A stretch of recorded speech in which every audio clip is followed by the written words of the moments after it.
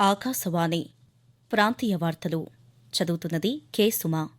ముఖ్యాంశాలు: భారత రాజ్యాంగ స్ఫూర్తితో దేశాన్ని వికసిత్ భారత్గా తీర్చిదిద్దుతామని ప్రధానమంత్రి నరేంద్ర మోదీ ఉద్ఘాటించారు.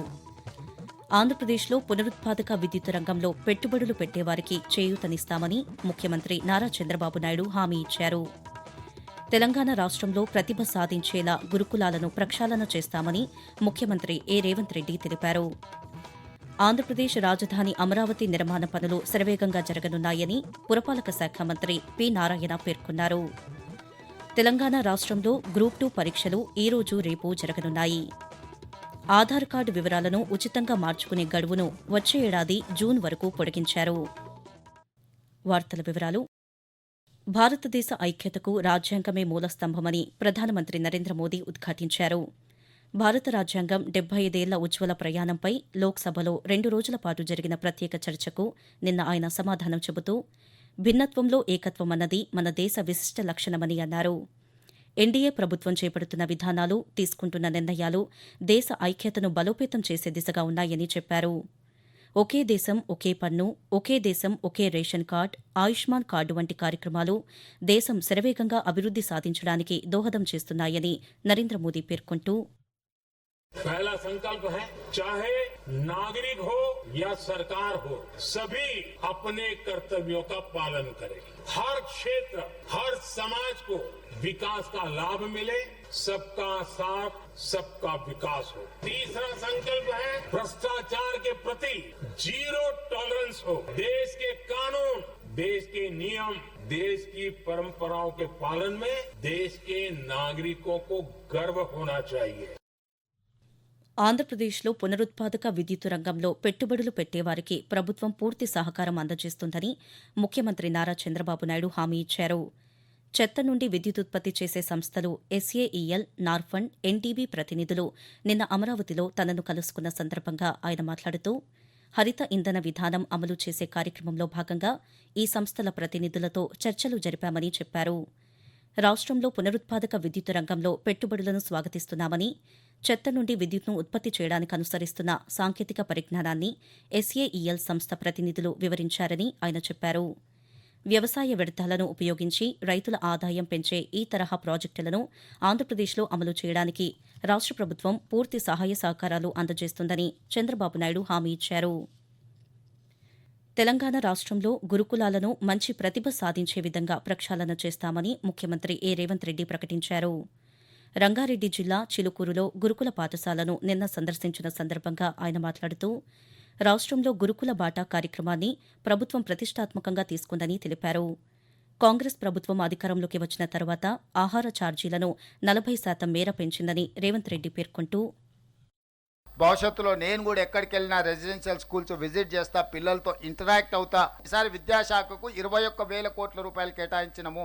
ఎవ్రీ మంత్ 10th లోపల గ్రీన్ ఛానల్ ద్వారా అన్ని నిధులు ఈ రెసిడెన్షియల్ స్కూల్స్ కి, హాస్టల్స్ కి, కాలేజెస్ కి ఆటోమేటిక్ గా విడుదలయ్యేటట్టు ఈ మధ్యలోనే నేను ఆదేశాలు ఇవ్వడం జరిగింది. ఇది ఖర్చు కాదు, భవిష్యత్ తరాలను నిర్మించడానికి పెడుతున్న పెట్టుబడి. ఆంధ్రప్రదేశ్ రాజధాని అమరావతి నిర్మాణ పనులు శరవేగంగా జరగనున్నాయని పురపాలక పట్టణాభివృద్ది శాఖ మంత్రి పి. నారాయణ తెలిపారు. రాజధాని పరిధిలోని రహదారులను జాతీయ రహదారికి అనుసంధానించే ప్రాంతాల్లో నిన్న ఆయన పర్యటించారు. ఈ సందర్భంగా మంత్రి పాతికేయులతో మాట్లాడుతూ, రాజధాని నిర్మాణాల కోసం 22,000 కోట్ల రూపాయల మేర పనులు చేపట్టేందుకు అనుమతి మంజూరైందని చెప్పారు. రేపు జరిగే రాజధాని ప్రాంత ప్రాధికార సంస్థ సమావేశం మరొక 20,000 కోట్ల రూపాయల మేర పనులకు ఆమోదం తెలియజేస్తుందని నారాయణ పేర్కొంటూ, ఈ రోడ్లు కావచ్చు, బిల్డింగ్ కావచ్చు, టెండర్లు యాక్చువల్ గా దాదాపు 22,000 కోట్లకి యాక్చువల్ గా ఈ రోజు అథారిటీ అప్రూవల్ ఇచ్చింది. మళ్ళా రేపు సోమవారం మళ్ళీ అథారిటీ ఉంది. ఆ అథారిటీలో మరొక సుమారుగా 20,000 కోట్లకి యాక్చువల్ గా టెండర్లకు అప్రూవ్ తీసుకుని ఈ నెలాఖరు లోపల అన్ని టెండర్లు యాక్చువల్ గా పిలవటం జరుగుతుంది. అమరావతి క్యాపిటల్ సిటీ 217 చదరపు కిలోమీటర్లు. ఇందులో ఈస్ట్ టు వెస్ట్ మనకు 16 రోడ్లు ఉంటాయి. నార్త్ టు సౌత్ వచ్చి 18 రోడ్లు ఉంటాయి. ఈ యొక్క రోడ్లని నేషనల్ హైవే కలపాలి. తెలంగాణ రాష్ట్రంలో గ్రూప్ 2 సర్వీసులో 783 పోస్టుల భర్తీకి ఈ రోజు రేపు పరీక్షలు నిర్వహించేందుకు రాష్ట్ర పబ్లిక్ సర్వీస్ కమిషన్ ఏర్పాట్లు పూర్తి చేసింది. రాష్ట్ర వ్యాప్తంగా 1,368 కేంద్రాలలో ఈ పరీక్షలు 2 విడతలుగా ఉదయం 10 నుండి మధ్యాహ్నం 12 గంటల 30 నిమిషాల వరకు, మధ్యాహ్నం 3 నుండి సాయంత్రం 5 గంటల 30 నిమిషాల వరకు జరుగుతాయి. హాల్ టికెట్తో పాటు అభ్యర్థులు ప్రభుత్వం జారీ చేసిన ఫోటో గుర్తింపు కార్డు తీసుకురావాలని టీజీపీఎస్సీ ఒక ప్రకటనలో తెలిపింది. అభ్యర్థులందరూ బయోమెట్రిక్ తప్పనిసరిగా వేయాలని, లేని పక్షంలో ఓఎంఆర్ పత్రాల మూల్యాంకనం చేయబోమని స్పష్టం చేసింది. ఆకాశవాణి ప్రాంతీయ వార్తలు వింటున్నారు.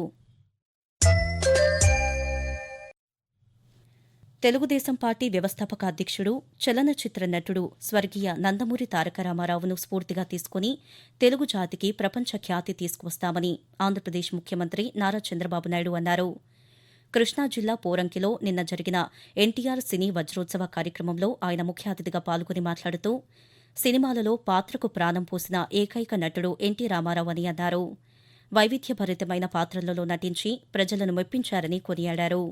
ఈ కార్యక్రమంలో పాల్గొన్న పూర్వ ఉపరాష్టపతి ముప్పవరపు వెంకయ్యనాయుడు మాట్లాడుతూ తెలుగు భాషాభివృద్దికి ఎన్టీ రామారావు కృషి చేశారని, ఆ స్ఫూర్తిని మనం కొనసాగించాలని సూచించారు. ఆధార్ కార్డులో వివరాలను ఉచితంగా మార్చుకునేందుకు ప్రస్తుతమున్న గడువును భారత విశిష్ట గుర్తింపు ప్రాధికార సంస్థ ఉడాయ్ వచ్చే ఏడాది జూన్ 14వ తేదీ వరకు పొడిగించింది.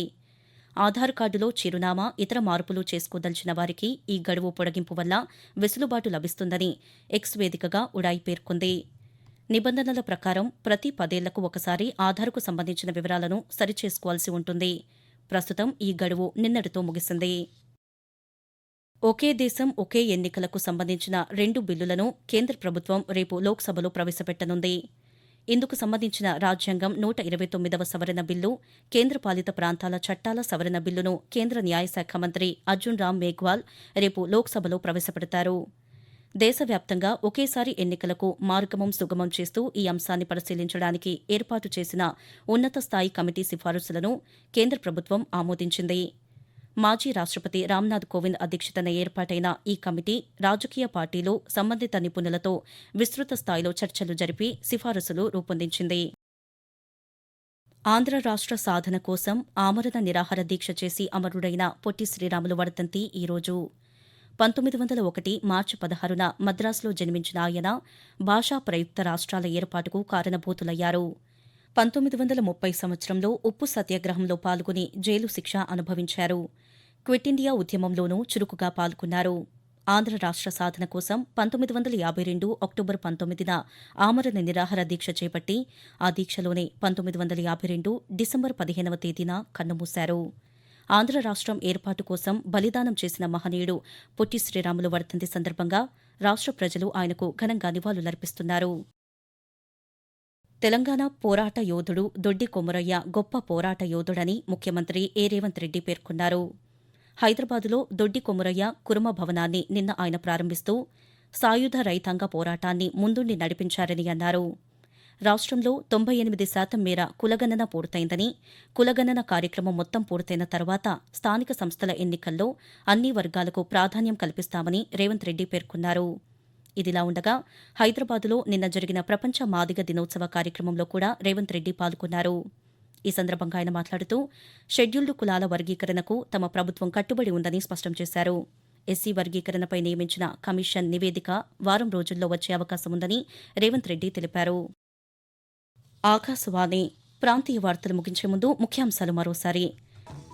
భారత రాజ్యాంగ స్ఫూర్తితో దేశాన్ని వికసిత్ భారత్గా తీర్చిదిద్దుతామని ప్రధానమంత్రి నరేంద్ర మోదీ ఉద్ఘాటించారు. ఆంధ్రప్రదేశ్లో పునరుత్పాదక విద్యుత్ రంగంలో పెట్టుబడులు పెట్టేవారికి చేయూతనిస్తామని ముఖ్యమంత్రి నారా చంద్రబాబు నాయుడు హామీ ఇచ్చారు. తెలంగాణ రాష్ట్రంలో ప్రతిభ సాధించేలా గురుకులాలను ప్రక్షాళన చేస్తామని ముఖ్యమంత్రి ఏ రేవంత్ రెడ్డి తెలిపారు. ఆంధ్రప్రదేశ్ రాజధాని అమరావతి నిర్మాణ పనులు శరవేగంగా జరగనున్నాయని పురపాలక శాఖ మంత్రి పి నారాయణ పేర్కొన్నారు. తెలంగాణ రాష్ట్రంలో గ్రూప్ 2 పరీక్షలు ఈ రోజు రేపు జరగనున్నాయి. ఆధార్ కార్డు వివరాలను ఉచితంగా మార్చుకునే గడువును వచ్చే ఏడాది జూన్ వరకు పొడిగించారు. ప్రాంతీయ వార్తలు తిరిగి 1:20 ఆకాశవాణి విజయవాడ కేంద్రం నుంచి వింటారు.